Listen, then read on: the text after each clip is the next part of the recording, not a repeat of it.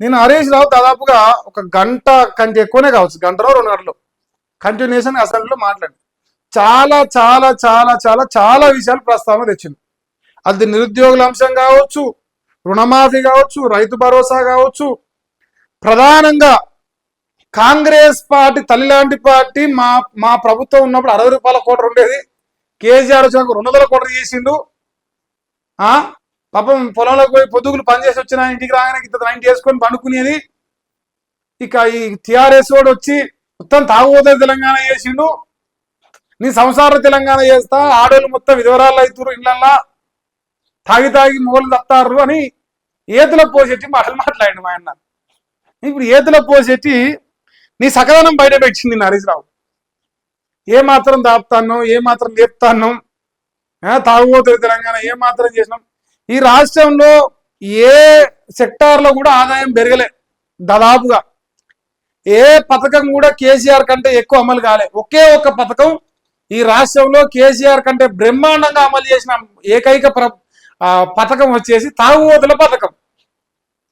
కేసీఆర్ ఊళ్ళో 100 మంది నుంచి 90 మంది తాపితే రేవంత్ రెడ్డి 100 వచ్చింది. ఇప్పుడు 100 మార్క్స్ పడి ఇప్పుడు షబాస్. ఒక ఊళ్ళో 100 మంది అనుకుందాం. కేసీఆర్ ఏం చేసిండు, అంతకంటే ముందు ఊళ్ళో 50 మంది ఆగేది అనుకుందాం. కాంగ్రెస్ 2014 ముందు ఓ 40 మందిని పెంచి 90 మందిని చేసిండు కేసీఆర్. 90 మార్కులు వచ్చిండు తాగుబోతుల తెలంగాణ చేసేట్లా.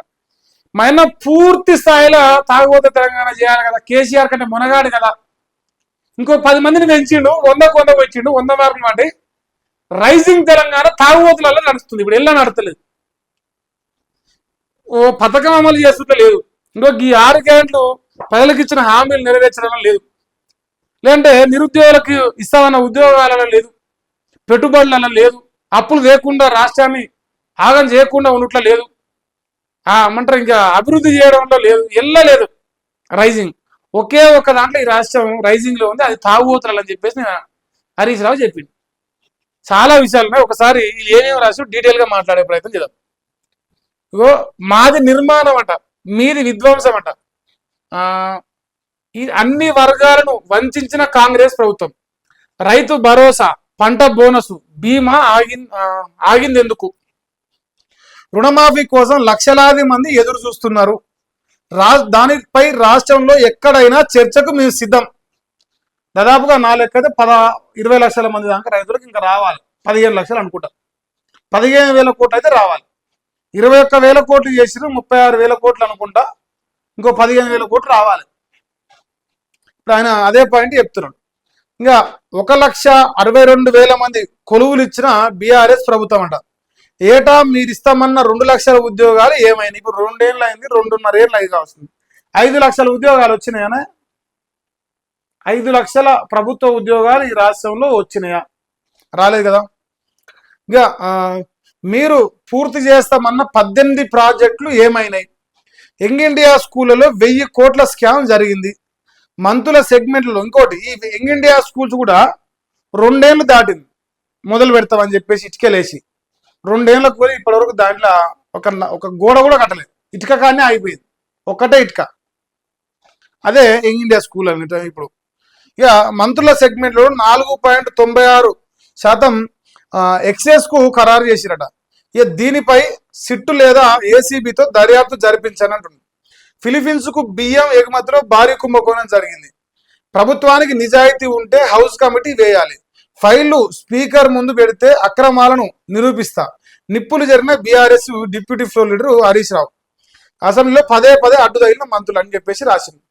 ఇక ఇదొక్కటి మీరు అబ్జర్వ్ చేయాలి. రాహుల్ గాంధీ మాట నమ్మి, ప్రియాంక గాంధీ భాష నమ్మి కాంగ్రెస్ కు ఓటేసిన నిరుద్యోగికి ఎంత కష్టం పాడవాడిండే.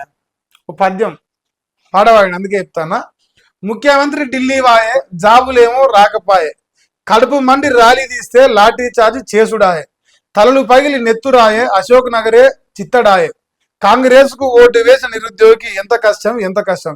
శ్రీశ్రీ ఉంటే ఇప్పటి పరిస్థితిపై ఇలా కవిత రాసేవాడేమో అని చెప్పేసి అసెంబ్లీలో జబర్దస్త్ గా మంచి సామెత చెప్పింది. నాకైతే నచ్చింది సామెత. నిజమే కదా. ఈ రాష్ట్రంలో ఇప్పుడు ఏ వర్గం కాడికి పోయి అయినా సరే ఈ కథ నిజమేనా అంటే 100%కి 100%. 100కు 100 మార్కులు చిన్నప్పుడు నాకు తెలుగులో వచ్చినాయి. ఇప్పుడు రేవంత్ రెడ్డికి ఈ విషయంలో కూడా వస్తాయి 100 ఇక జర్రాగరు ఇంకా ఉన్నాయి చాలా విషయాలు. రైతు భరోసా సంగతి ఒకసారి చూద్దాం. యంగ్ ఇండియా పేరు చెప్పి మింగేస్తున్నారంట. ఇది ష్యూరిటీ, క్లారిటీ, ప్యూరిటీ లేని ప్రభుత్వం అట. ఇది ఫ్యూరు రూరు ఫ్యూరు అంటుండగా దానికి కౌంటర్ కొడతాను.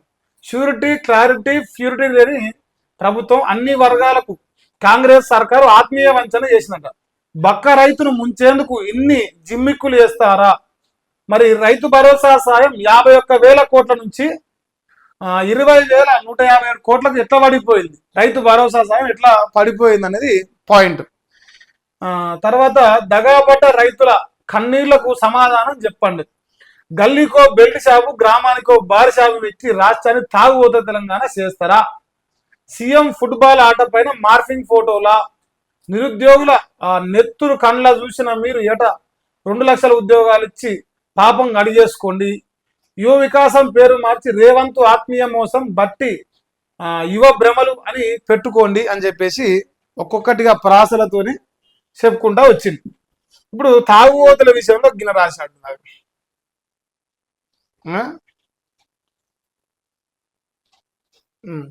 ఇవి పోయిన యాసంగి పైసలు అంట. ఇప్పుడు రైతు భరోసా పైసలు ఇన్ని రోజుల తర్వాత వేసింది 1 ఎకరానికే. 2024-25 వానాకాలం రైతు భరోసా ఎగ్గొచ్చిర్రు. ఆ యాసంగిలో కూడా సగం సగమే ఇచ్చిర్రు. సీజన్ కు 9,000 కోట్ల లెక్కన రైతులకు బాకీ పడ్డది 19,000 కోట్లు. ఇప్పుడు ఇదే పాయింట్ ఇందాక చెప్పింది. 3 సార్లు రైతు భరోసా పడాలి. మరి 9, 9, 18 ఇంకెక్కువ అవుతాయి కదా. మరి 2 సార్లు ఎగ్గొచ్చింది కాబట్టి ఇంకా బాకీ పడే లెక్క చెప్తారు. సో 19,000 కోట్లు ఇప్పుడు వేసే రైతు భరోసా కాకుండా ఇంకా ఈ రాష్ట్రంలో రైతులకు రేవంత్ రెడ్డి బాకీ ఉన్న పైసలు ఇంకా 19,000 కోట్లు ఉన్నాయి. ఇది 100% నిజం కదా. 2 సార్లు ఎగ్గొచ్చింది అందరూ తెలిసే కదా. మరి ఆ పైసలు కూడా లెక్క చెప్పాలి. అవే పైసల్ని మళ్ళించి రుణమాఫీ కింద చేసినాం అంటున్నట్ట. కేసీఆర్ లో వరప్రధానిలా రైతు బంధు ఇస్తే ఒక్క సీజన్ ఎగ్గొట్టలేట, ₹1 తగ్గించలేంట. ఇది ఈ రాష్ట్రంలో ఎకరా ఉన్నోని కానించి 100 ఎకరాల దాకా ఏ మూలకు ఏ రైతు కాడికి పోయినా ఈ ముచ్చట చెప్తారు. ఆఖరికి కాంగ్రెస్ పార్టీ ప్రభుత్వంలో ఉన్న 65 మంది ఎమ్మెల్యేలు, 10 మంది దున్నపోతులు, లేదంటే అసెంబ్లీలో కూర్చునే 119 మంది ఎమ్మెల్యేలు, గడ్డం ప్రసాద్ గారు స్పీకర్తో సహా, లేదంటే మండలిలో కూర్చున్న 40 మంది ఎమ్మెల్సీలు, లేదు పార్లమెంట్లో కూర్చున్న 17 మంది ఎంపీలు. ఎవరిని అడిగినా సరే కేసీఆర్ హయాంలో ఒక్క సీజన్ కూడా ₹1 కూడా ఏ ఒక్కరిని కూడా ఎగ్గొట్టకుండా రైతు భరోసా పైసలు పడ్డాయని గంటా బజాయి చెప్తారు. ఎవడైనా సరే. లేదు రేవంత్ రెడ్డి ప్రమాణం చేయమండి, కేసీఆర్ టైంలో నాకు రైతు భరోసా పడలేదు, లేదు బతికి ప్రమాణం చేయమండి, నాకు రైతు భరోసా పడలేదు కేసీఆర్ టైంలో, ఒక్కసారి ఎగ్గొచ్చారు, 2 సార్లు ఎగ్గొచ్చారు, ప్రమాణం చేసి మనం తినాలి.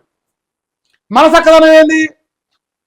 అంటే 10,000 ఇస్తున్నాయి అని 15,000 దిక్కిత్తని పంగనాలు పెట్టి 3 సార్లు ఎగ్గొట్టాయి. ఇప్పుడు ముచ్చటగా ఇది 3వ సారి అట్టుంది. ఇది మాత్రం 100% నిజమే. వ్యవసాయ పెట్టుబడి సాయాన్ని ఎన్నికల పెట్టుబడి సాయంగా మార్చినట్ట. BRS deputy floater Harish Rao చెప్పిండు. ఏంది వైన్ షాప్ల సంగతి రాయనట్టుంది. వైన్ షాప్ల సంగతి హరీష్ రావు ఏం చెప్తుందంటే 12,000 కోట్ల ఆదాయం పెరుగుతుంది ఈ సంవత్సరం. బట్టి విక్రమార్క గారి బడ్జెట్ సమావేశంలో బడ్జెట్ ప్రసంగంలో ఉన్న లెక్క ఏంటంటే దాదాపుగా 12,000 పైసలకు ఆదాయం తాగుబోతుల శాఖ నుంచి మేము తెస్తాం అని భరోసా ఇచ్చింది పోయిన సంవత్సరం కంటే ఈసారి. ఎట్లా వస్తుంది ఆ భరోసా? ఎట్లా ఈ 12,000 పెరుగుతుంది? 12,000 కోట్ల ఆదాయం 12,000 కోట్ల ఆదాయం రావాలంటే 25,000 కోట్ల మంది దాపాలట. సగం ట్యాక్స్ వస్తే సగం కంపెనీకి పోతుంది అనుకుందాం. 25,000 కోట్ల మంది దాపాలంటే ఎంతమంది తాగాలి చెప్పురా? రాష్ట్ర రైతాంగం 4 కోట్లు నాకు తెలిసి, రాష్ట్ర ప్రజలు 4 కోట్లు, 4 కోట్లలో 1 కోటి మంది తాగాలనుకుందాం. పోయి 3 కోట్ల లెక్క కడతాం. 3 కోట్ల మందిగా 25,000 కోట్లు రావాలి. మా అన్నకు 1,000 కోట్లు. ఇది ఇప్పుడు 3 ఎంబులు 24గా మనిషికి 8,000 రూపాయలు తాగాలి. నేను ఇంకా 8,000 యావరేజ్ 2 రోజులు పడుతుంది లెక్కేసుకోరు మీరు. అన్న నీకు దండమే. నీది కేసీఆర్ వాసాన్ని తాపిండు, బరాబర్ తాపిండు, బరాబర్ సంపాదించుకున్నాడు. కానీ నీ అనుకున్నా కదా వాస్తవానికి నిజంగా రేవంత్ రెడ్డి ఎన్ని లంగ పనులు చేసినా సరే ఈ యొక్క తాగుబోతుల విషయంలో చేయడం అనుకున్నాను. ఎందుకంటే ఇంకో మహిళలందరూ తీసుకురాను అమ్మ మీరందరూ విధవరాళ్ళు అయినందుకు కారణం కేసీఆర్. కాంగ్రెస్ ప్రభుత్వం ఉన్నప్పుడు 90 పోసుకొని తాగి వచ్చి పండేది. ఇప్పుడు పొద్దుగులు చేసిన కష్టం వైన్ షాప్కే కడుతుండు మీ ఆయన, పోయి మళ్ళీ బొందలు పడతాడు, బొందలు పడ్డాక నీ పిల్లలకు ఆగమవుతారని ఏతుల మరలు చెప్పింది. ఇక ఈ ఏతుల పోసేటి ఏం చేస్తాడు, ఆయన 10 మంది చంపి 50 మంది చంపే ప్రోగ్రాం పెట్టుకుంది. ఇప్పుడు ఈయన సపోజ్ ఒక సామాన్య వ్యవసాయ కూలి ఒక 300 సంపాదిస్తాడు, లేదంటే ఒక 500 సంపాదించిన అనుకుందా పొద్దుగులు కష్టం చేసి. ఆడు పొద్దుగంతలు వచ్చినాక కోట రాదు 250 రూపాయలు, ఆపు తాగితే 500. ఆయన కష్టం నన్ను పిల్లలు ఎట్లా బతకాలి, ఎట్లా సంసారం చేయాలి, అటు పిల్లల బతకలేదు, ఏది అక్కర్లేదు. మనకు 12,000 కోట్ల ఆదాయం పెరగాలి అంతే. ఇదే ఇందిరమ్మ రాజ్యం గొప్పతనం. సిగ్గా అనిపిస్తుంది నాకు చెప్తుంటే, నేను అందుకే ఎక్స్ప్లెయిన్ చేస్తున్నాను. సో ఇది నిన్న హరీష్ రావు అసెంబ్లీలో మాట్లాడిన విషయాలు. ఏది ఏమైనా ఈ రాష్ట్ర ప్రజలందరూ గమనించాలంటే, మీరు తాగుర్రి ఊగుర్రి సాగుర్రి, పథకాలకు పైసలు రావు, అభివృద్ధికి నిధులు లేవు, ఆగం చేసినా అప్పులు చేసినా ఏం చేసినా మీరు మూసుకొని పండురి, మళ్ళీ 2029లో ఓటేరికి అంతే. ఇంక మళ్ళీ వేరే కూర్చోట్లేదు మా దగ్గర. దీని పేరే ప్రజా ప్రభుత్వమే. వీళ్ళు రాసిరా జరా, ఈ కొడుకులు రాస్తారు. ఇప్పుడు ఎట్లా రాసిరో జర రాసుదాం. మా వాడు రాసిందా, రాయలేదు అట్టుంది. అయ్యో ఏరా రాధాకృష్ణ, కళ్ళల్లో కాకులు పొడిచినాయి బిడ్డ నీకు. మా బిడ్డకి ఇలా కళ్ళల్లో కాకులు పొడిచినాయి, కళ్ళు మింగినాయి, కళ్ళకు కనిపిస్తలేదు. బడ్జెట్ గురించి మాట్లాడేది. ఇంకో 3 బడ్జెట్లోనూ భారీ లోటు. బా ఇంత వేసిర్రా, జాన కూడా బెత్తడు కూడా ఉంటుంది. బెత్తడు వచ్చింది పట్టరు. ఇది ఒకటి. తర్వాత మా వివేక్ వెంకటస్వామి గారు నెంబర్ వన్ ప్రపంచకంలో నెంబర్ 1 పేపర్ ఈమె రాసింది. వాస్తవాలకు దూరంగా బడ్జెట్ ఉందంట. ఎవరిని మోసం చేయడానికి ఈ లెక్కలని హరీష్ రావు అడిగినట్ట. 2 ఏళ్ళు లోటు బడ్జెట్ పెట్టి ఇప్పుడు 3.24 లక్షల కోట్లకు ఎలా పెంచుతారు, ఏ స్కీములు రద్దు చేస్తారో ప్రజలకు చెప్పాలని చెప్పేసి డిమాండ్ చేస్తుంది. ఓన్లీ ఎక్సైజ్ లో ఉన్నట్టుండి 12,000 కోట్ల ఆదాయం ఎట్లా పెరుగుతుందని ప్రశ్నిస్తుంది. ఎట్లా పెరుగుతుంది? మంది ఎక్కువ తాపితే పెరుగుతుంది. ఎక్కువ తాపుతాం, ఎక్కువ చంపుతాం, ఎక్కువ ఆగం చేస్తాం రాష్ట్రాన్ని, ఫైనల్ గా మా ఆదాయం పెంచుకుంటాం. పోనీ ఆదాయం పెరిగింది, బడ్జెట్ 3,24,000 కోట్లు లెక్కేస్తురు, పోయినసారి కంటే ఇక పెంచిర్రు. మరి పోయినసారి కంటే ఒక పథకం ఎక్కువ అమలు చేసిర్రా, ఒక అభివృద్ధి అన్న చేసిరా? 2,50,000 కోట్ల బడ్జెట్ ఏం చేస్తున్నావు సన్నాసి అని కేసీఆర్ అడిగినప్పుడు, మరి 3,24,000 కోట్ల బడ్జెట్ ఏం చేస్తున్నావు ఎదవా అని చెప్పేసి మనం అడగొద్దా? అంతే కదనే. మరి 2,50,000 కోట్ల బడ్జెట్లో అన్ని పథకాలు అమలైతే 3,24,000 కోట్ల బడ్జెట్లో ఈ పథకాలు ఎందుకు అతను ఎదవా అని చెప్పేసి మనం అడగరాదా? అడగొచ్చు కదనే. పోనీ కేసీఆర్ 8 లక్షల కోట్ల అప్పు తెచ్చారు అనుకుంటాం. 8 లక్షలు చెప్తున్నారు, 8కి 8 అనుకుందాం. ఇప్పుడు కాగ్ రిపోర్టు, ఆర్బీఐ రిపోర్ట్లు వాళ్ళు చెప్పేది 3 లక్షలు కూడా చక్కగా చూపించలేదు. కానీ పోనీ 8 లక్షల కోట్ల అప్పు అనుకుందాం. 8 లక్షల కోట్ల అప్పు ఈ 9.5 సంవత్సరాలు చేసినోడు ఇన్ని పథకాలు చేయంగా, సంవత్సరానికి 2 లక్షల కోట్ల అప్పు తెచ్చి 10 ఏళ్ళు పరిపాలిస్తే 20 లక్షల అప్పు చేసే మునగాడు మరి ఈ పథకాలు అమలు చేయలేడా? అన్న రేవంత్ అన్న, మన పేరేం పేరే గుంపు మేస్త్రి. గుంపులు ఉన్న మేస్త్రి సంపాదించడం తప్ప గుంపులు ఉన్న వాళ్ళకి పైసలు గడిపెద్దగా. మేస్త్రి సంపాదించడానికి పనికి పెట్టుకున్నామండి. ఇప్పుడు కొడుక నీ టైటిల్ బాగా సెట్ అయింది.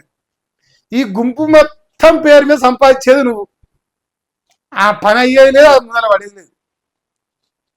అంతే, అన్నగారి చరిత్ర గతకే ఉన్నది.